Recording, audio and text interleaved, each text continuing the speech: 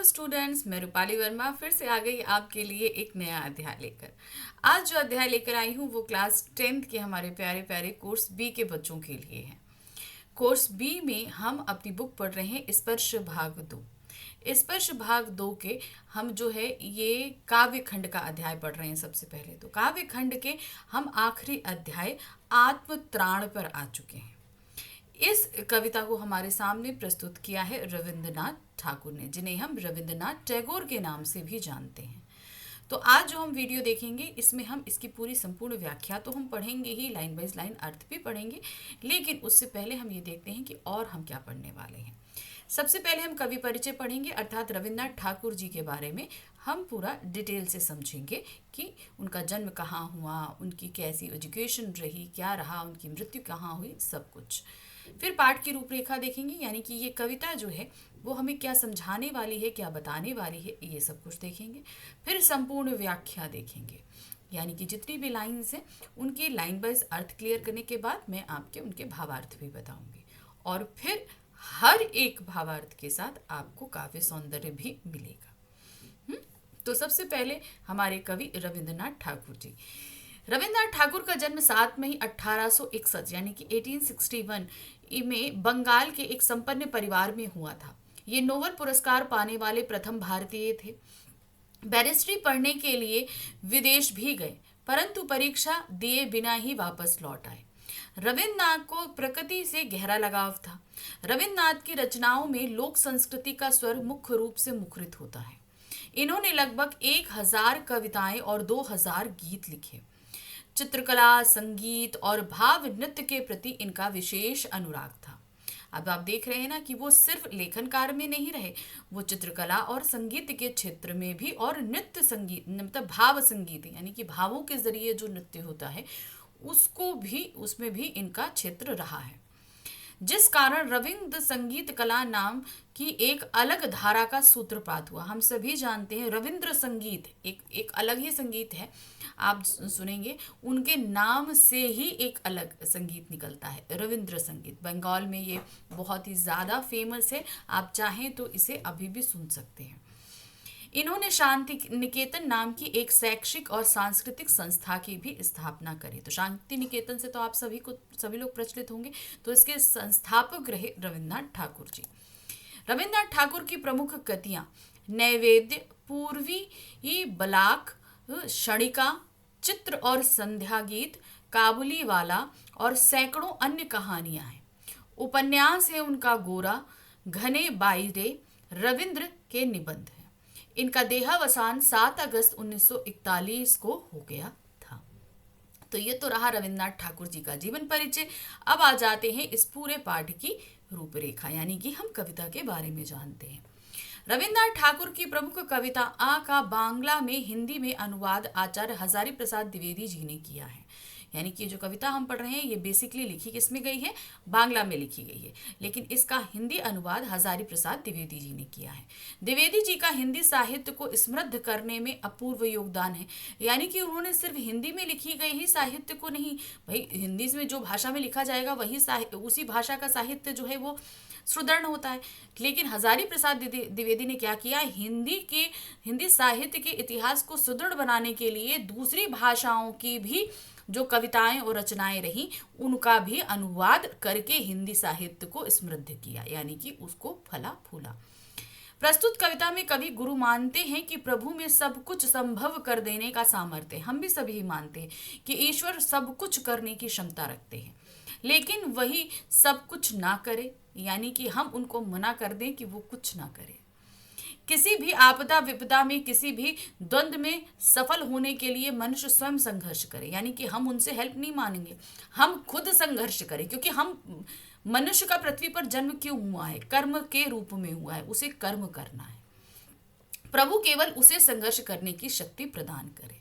तो इस पूरी कविता में हम देखने वाले हैं कि किस तरीके से रविन्द्रनाथ ठाकुर भगवान से प्रार्थना कर रहे हैं कि आप हमारी मदद नहीं करिए, लेकिन मुझे इतनी हिम्मत दीजिए कि मैं इन सब विपदाओं को से निजात पा सकूं। चलिए अब कविता देखते हैं, लाइन वाइज अर्थ समझेंगे और फिर भावार्थ और फिर काव्य सौंदर्य।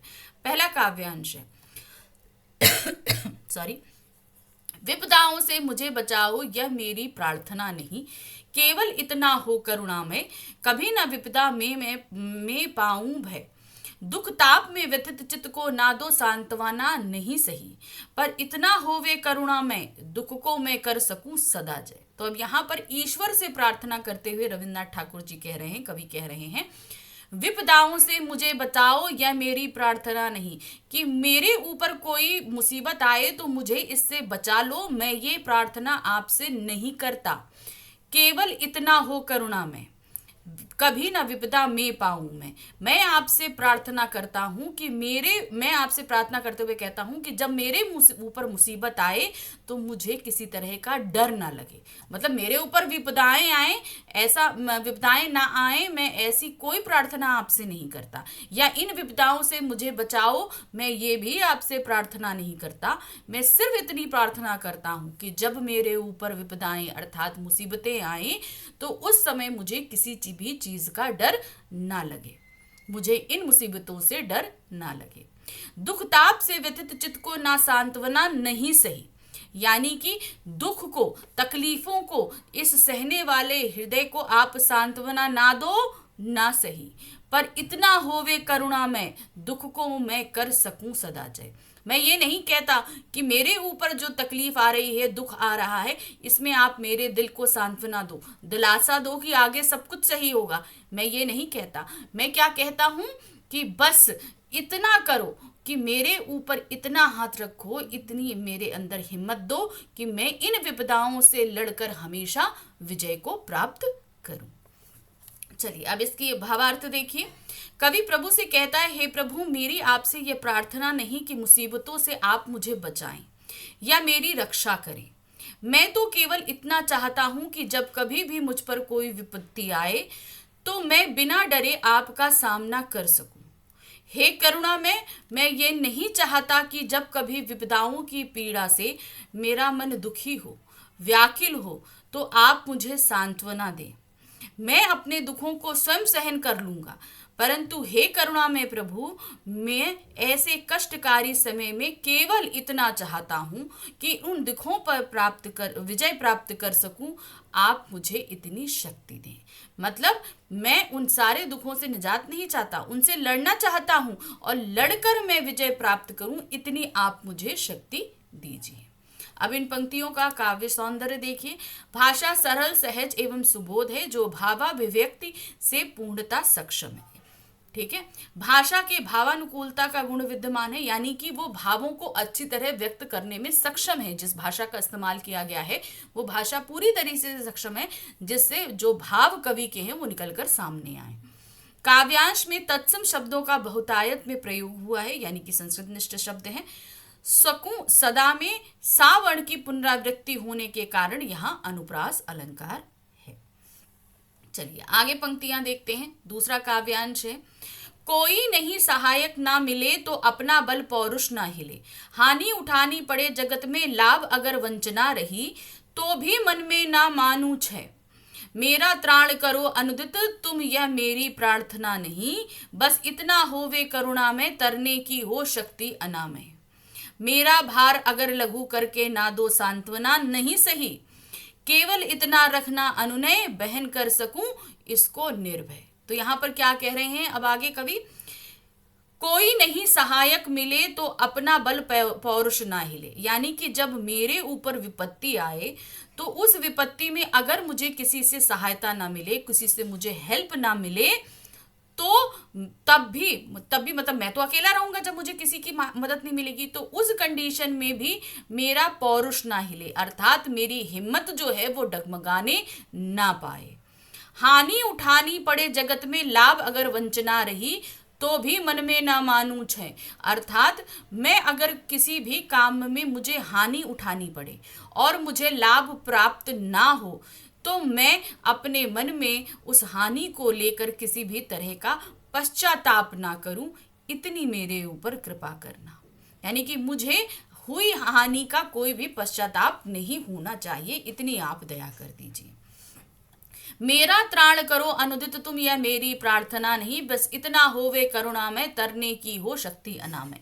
यानी कि मेरे ऊपर विपदाओं का प्राण, दुखों का पहाड़ सब कुछ टूट पड़े तो मैं तुमसे ये प्रार्थना नहीं करता कि तुम मुझे उनसे बचा लो। बस मैं तुमसे इतना कहता हूं कि उन सारी मुसीबतों, सारे दुखों से मैं लड़कर बाहर आऊं, इतनी मुझे शक्ति देना। मेरा भार अगर लघु करके ना दो, सांत्वना सही ना सही। यानी कि मेरे ऊपर अगर कोई भार, कोई विपत्ति आ रही है तो मैं बोलूं कि उसे कम कर दो, तुम कम कर। मैं ऐसा कोई तुमसे प्रार्थना नहीं करता। मतलब मेरे ऊपर आने वाली विपत्तियों को तुम छोटा कर दो, कम कर दो, मैं ऐसी कोई प्रार्थना तुमसे नहीं करता। केवल इतना रखना अनुनय, यानी कि केवल आप मेरे ऊपर इतनी कृपा रखना, वहन कर सकूं इसको निर्भय। यानी कि मेरे ऊपर आने वाली जितने भी भार का मतलब यहाँ दुख तकलीफों से है, तो अगर बस मैं उनका जो भार है, उन तकलीफों का या जिम्मेदारियों का, उनको पूरी हिम्मत से निभा सकूं, इतना मेरे ऊपर कृपा रखना। अब इसका भावार्थ देखिए। कवि प्रभु से निवेदन करता है, प्रभु यदि जब कभी मेरे जीवन में मुसीबत आए और मुसीबत के समय मेरी सहायता करने वाला कोई ना हो, अर्थात कोई भी मेरा सहारा ना बने, मेरी प्रार्थना है कि मेरा अपना बल, मेरी शक्ति और पराक्रम ना डगमगाए, मुझे आत्मविश्वास की कमी ना हो। यदि किसी संसार में कभी संसार में मुझे किसी भी चीज की हानि हो, लाभ प्राप्त ना हो, या कभी किसी प्रकार का धोखा हो, तो भी मेरे मन में नुकसान के प्रति पश्चाताप का भाव ना आने पाए, अर्थात मैं मन में अपना सर्वनाश ना मान बैठूं, मैं विचलित होकर अपने पराक्रम को कम ना होने दूं। यानी कि मेरे को नुकसान हुआ है तो मैं ये सोच कर बैठ जाऊं और जो मेरा कर्म है वो ना करूं। बस ये आप मेरे ऊपर कृपा रखना कि मैं इसे अपने मन में वहन ना करने पाऊं। प्रभु मैं ये प्रार्थना करता हूं कि तुम हर दिन मुझे किसी न किसी संकट से मुक्ति दिलाते रहो। यानी कि मैं तुमसे नहीं करता ये, परंतु हे करुणा में मुझे रोग रहित रखना, ताकि स्वस्थ रहकर मैं अपनी शक्ति को बनाए रखूं और उस ताकत के सहारे भव सागर को पार कर सकूं। यानी कि मैं ये नहीं कहता कि मेरे ऊपर कष्ट ना आए, लेकिन मुझे इतनी शक्ति दो, यानी कि मुझे इतना स्वस्थ रखो कि मैं उन सभी से पार पा सकूं। मैं यह भी नहीं चाहता कि मेरे कष्टों के भार को तुम कम करो और मुझे सांत्वना दो। मैं तो केवल इतना चाहता हूं कि जीवन में आने वाली सभी मुसीबतों का मैं डट कर, निर्भय होकर सामना कर सकूं, अर्थात आप मुझे निर्भयता का वर प्रदान करो। मतलब किसी भी कंडीशन में मैं डरूं नहीं, इतना आप मेरे ऊपर अपना हाथ बनाए रखना। अब इन पंक्तियों का काव्य सौंदर्य देखिए। सरल एवं सहज भावों की अभिव्यक्ति करने में पूर्णता जो है समर्थ है। जो पंक्तियां हैं वो पूरे भावों को अच्छी तरीके से व्यक्त कर रही हैं। भाषा में भावानुकूलता का गुण मौजूद है, यानी कि कवि के मन में जो भाव हैं वो पूरी फीलिंग्स के साथ हमारे सामने आ रहे हैं। इसमें तत्सम शब्दों का उन्मुक्त रूप प्रयोग हुआ है, कोई कहीं नहीं में अनुप्रास अलंकार। अब आते हैं हम अपने आखिरी काव्यांश पे। यहाँ क्या दिया गया है? नत सिर होकर सुख के दिन में, तब मुख पहचान छिन छिन में, दुख रात्रि में करे वंचना मेरी, जिस दिन निखिल मही, उस दिन ऐसा हो कल्याण में, तुम पर करूं नहीं कुछ संशय। तो अब यहाँ पर क्या कह रहे हैं, आगे देखिए।